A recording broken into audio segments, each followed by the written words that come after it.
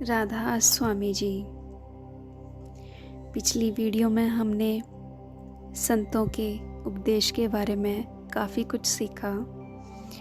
हम उन्हीं उपदेशों को आगे बढ़ाते हुए और भी बहुत कुछ सीखेंगे। तो चलिए शुरू करते हैं।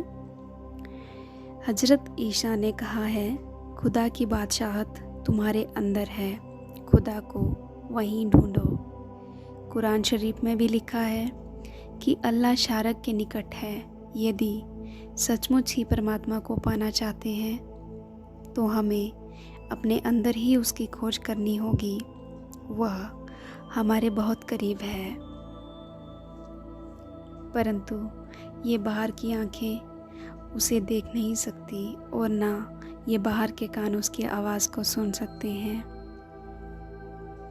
परमात्मा की प्राप्ति केवल मानव शरीर में हो सकती है। पशुओं, देवी देवताओं अथवा सूक्ष्म जगत के निवासियों को यह मान या गौरव प्राप्त नहीं है।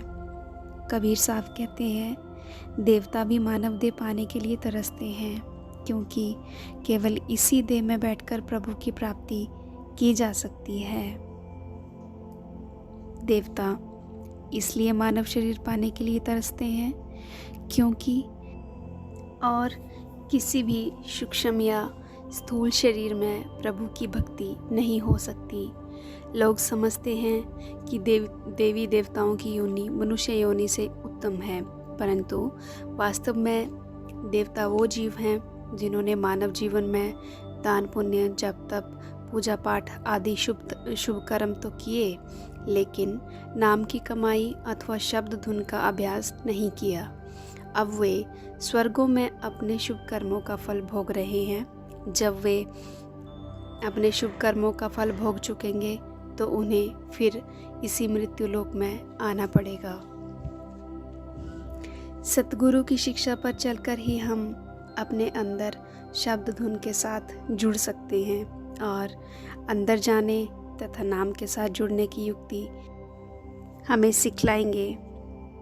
तभी हम जन्म मरण के चक्कर से मुक्त हो सकेंगे। गुरु अमरदास जी कहते हैं, संतों का बताया हुआ मार्ग अत्यंत सरल तथा सुगम है।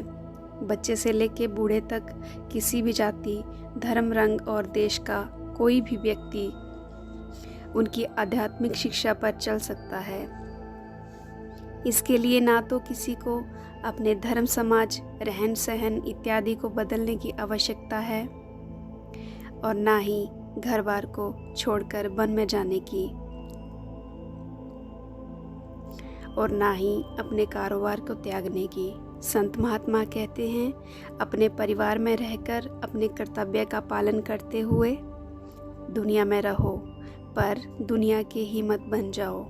मन को दुनिया में मत रखो। प्रभु प्राप्ति के सबसे ज़रूरी ध्येय को सदा ध्यान में रखते हुए उनकी पूर्ति के लिए कुछ न कुछ समय प्रतिदिन देते रहो।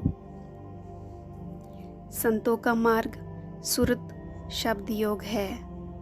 ईरान के संत इस मार्ग को सुल्तान अल अजकार मतलब सबसे ऊंचा मार्ग कहते हैं। उपनिषद इसे अनाहत मार्ग कहते हैं। यह मार्ग सर्वश्रेष्ठ तथा प्राकृतिक है और हानि रहित है।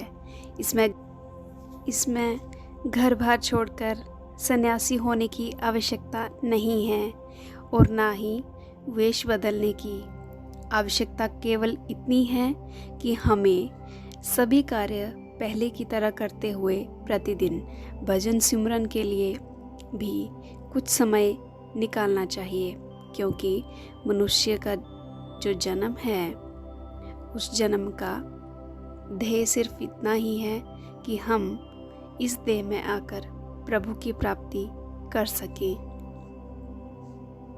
कहते हैं, डॉक्टरों ने हजारों शरीरों की चीरफाड़ की है, परंतु उन्हें कभी किसी के अंदर ब्रह्मांड या सचखंड नहीं मिला। इसका उत्तर यह है कि ये वस्तुएं ना तो डॉक्टरों और ना वैज्ञानिकों के यंत्रों द्वारा मिल सकती हैं और ना ही जड़ इंद्रियों द्वारा इनको महसूस किया जा सकता है ये तो मन के पर्दे के पीछे छिपी हुई है। जब हम आध्यात्मिक अभ्यास द्वारा पवित्र हो जाते हैं और गुरु के दिए उपदेश पर चलकर मन का पर्दा हटा लेते हैं, तभी हम गुरु के दर्शन कर सकते हैं। प्रभु के दर्शन के लिए हमें अपने अंतर की गहराइयों में उतरना पड़ता है। संत हमें बताते हैं कि किस प्रकार हम ध्यान के जरिए मन और आत्मा को शरीर में से समेटकर तीसरे तिल पर इकट्ठा करके शब्द या दिव्य धुन के साथ जोड़ सकते हैं। यह शब्द समस्त आंतरिक तथा बाहरी सृष्टि का करता है। शब्द को कई नामों से पुकारा गया है। हम इसे सुन सकते हैं, इसलिए इसे शब्द या शब्द धुन कहा जाता है। बाइबल में इसे वर्ड या लागोस कहा गया है। गुरु ग्रंथ साहिब में इसको शब्द धुन अथवा नाम कहा गया है। कुरान शरीफ में कुन या कलमा, वेदों में नाद तथा उपनिषदों में अनाहत के नाम से इसका उल्लेख किया गया है। बाइबल में आया है, आदि में शब्द था और शब्द परमात्मा के साथ था और शब्द ही परमात्मा था। यही आदि में परमात्मा के साथ था। सब वस्तुएं इसी के द्वारा बनाई गई और कोई भी वस्तु जो बनी इसके बनाए बिना नहीं बनी। स्वामी जी महाराज कहते हैं, शब्द ने रची त्रिलोकी सारी। गुरु अमरदास जी कहते हैं कि सृष्टि की रचना और प्रलय शब्द ही करता है तथा प्रलय के बाद शब्द ही फिर से सृष्टि को पैदा करता है। गुरु नानक देव जी कहते हैं कि धरती और आकाश की रचना शब्द ने ही की है, शब्द ने ही सब कुछ बनाया है।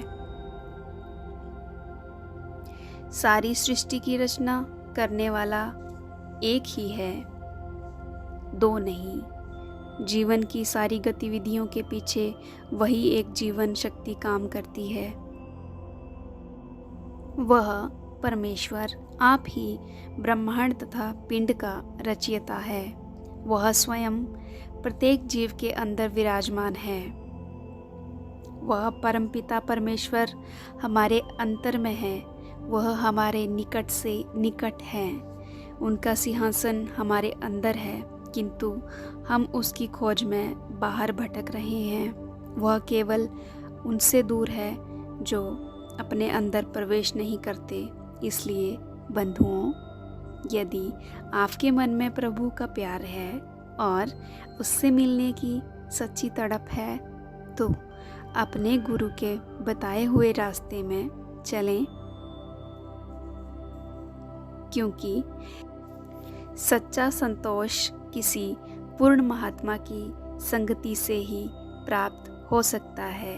राधा स्वामी जी।